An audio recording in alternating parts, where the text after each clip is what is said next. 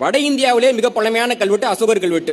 ஒரு கும்பல் வந்துட்டு அசோகர் தான் இந்தியாவிலே சிறந்த அரசர், புத்தம் தான் சிறந்த மதம்னு சொல்லிட்டு சுத்திக்கிட்டு இருப்பாங்க. அவங்கெல்லாம் அசோகர் எழுதின கல்வெட்டை படிச்சு பார்த்தாங்களா, இல்ல அசோகர் கல்வெட்டு வச்சிருக்காருன்னு தெரியுமான்னு தெரியாது. அவர்கள் கல்வெட்டில் அசோகர் குறிப்பிடுகிறார், நானும் எனது அரசு அதிகாரிகளும் யாருக்கு தானம் பண்ணணும்னா சிரமணர் என்கின்ற புத்த துறவிகளுக்கு தானம் செய்யுங்கள், அடுத்ததாக பிராமணர்களுக்கு தானம் செய்யுங்கள் என்று உங்களுடைய பேரரசர் அசோகரே எழுதியிருக்கிறார். அப்ப திட்டணும்னா துப்பு இருந்தா, மானம் இருந்தா, அறிவு இருந்தா அசோகர்ல இருந்து திட்டு. அவன் முடியல அப்படின்னா அமைதியா இரு. அப்ப ஏன் தானம் கொடுத்தாங்கன்னா, பிச்சை எடுக்கக்கூடியவர்களுக்கு, தானம் கேட்கக்கூடியவர்களுக்கு தானம் கொடுக்கப்படும்.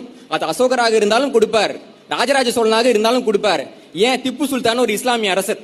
இன்னைக்கு எல்லாம் சொல்லிட்டு இருக்காங்க திப்பு சுல்தான் வந்து இஸ்லாமிய வெறியர் ஒரு பிரச்சாரம் முன்னெடுக்கப்படுகிறது. சங்கராச்சாரியருடைய மடத்தை மராட்டி வீரர்கள் வந்து இடிக்கிறப்போ சங்கராச்சாரியார் யாருக்கு கடிதம் போட்டார்னா திப்பு சுல்தானுக்கு கடிதம் போடுறார். போட்டு இந்த மாதிரி மடத்தை உடைச்சிட்டாங்க, எங்களுக்கு வந்து ஆண்டுக்கு இவ்வளவு பக்கோடா தேவைப்படுது, மடம் உடஞ்சி கிடக்கின்றப்போ இப்படி ஒரு உதவி கேட்டுட்டாரே அப்படிங்கிறதுனால திப்பு சுல்தான் சங்கராச்சாரியோட மடத்தை வந்து சரி பண்ணி அவருக்கு ஆண்டுக்கு இவ்வளவு பொற்காசுகள் என்று தானம் கொடுத்தார். அப்ப திப்பு சுல்தான் நீ என்னன்னு சொல்லுவ? இந்து மத வெறியரா? என்னன்னு சொல்லுவ?